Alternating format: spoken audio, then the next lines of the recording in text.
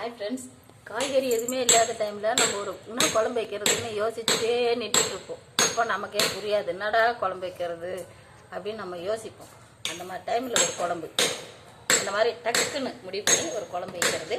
என்ன குழம்பு பார்க்குறீங்களா?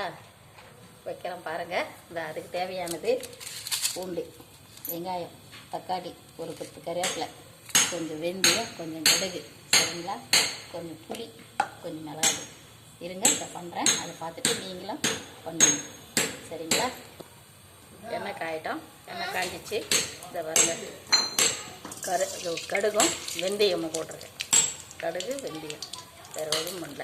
பாருங்க, அது பொரியட்டும். பொரிஞ்சு பற்பாடு நம்ம பூண்டு தட்டி வச்சுருக்கோம்ல, பூண்டு தட்டி வச்சுருக்கோம். இந்த பூண்டை அந்த நிலமையில போட்டுணும். போட்டோமா? பாருங்க, கொஞ்சம் வெங்காயமும் போட்டு லைட்டாக வெங்காயம் பொண்ணு வரல வந்துடுச்சுங்களா? பொண்ணு வரல வந்துடுச்சு. இப்போ இதுக்காக தக்காளி போட்டுமா? இதில் இப்போ நம்ம சால்ட்டு போட போகிறோம். இந்த குழம்புக்கு தேவையான சால்ட்டே போட்டுருவேன் நான். ஏன்னா தக்காளி சீக்கிரமாக வரணும்.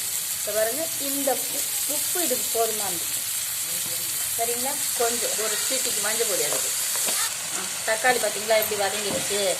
இதுக்கு தேவையான விரும்பு மிளகாதூள், இது காரத்தை தகுந்த மாதிரி போட்டுக்கோங்க. விரும்பு மிளகாதூள் அது, சரிங்களா? போட்டுட்டு ஒரு வதக்கு வதக்கணும்.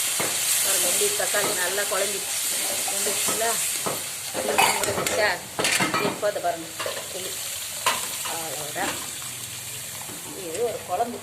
காய்கறியே இல்லை, என்ன பண்ணுறதுன்னு யோசிக்கிற போது பாருங்க, அந்த குழம்பு ரெடி ஆகிடுச்சு. பார்த்தீங்களா? டக்குன்னு ஒரு 5 நிமிஷம். பார்த்தீங்களா? இது எடுத்து வச்சுன்னு நெய் போட்டு சாப்பிட்றவங்க நெய் போட்டு சாப்பிட்லாம், விருந்தே சாப்பிட்றவங்க விருந்தே சாப்பிட்லாம். 2 கொத்தமல்லி போடலாம், நல்லாயிருக்கும். பாருங்க, 2 கொத்தமல்லி போடலாம், நல்லாயிருக்கும். லைக் பண்ணுங்கள், ஷேர் பண்ணுங்கள், கமெண்ட் பண்ணுங்கள், சப்ஸ்கிரைப் பண்ணுங்கள், பெல் ஐத்துங்க. பார்க்கலாம்.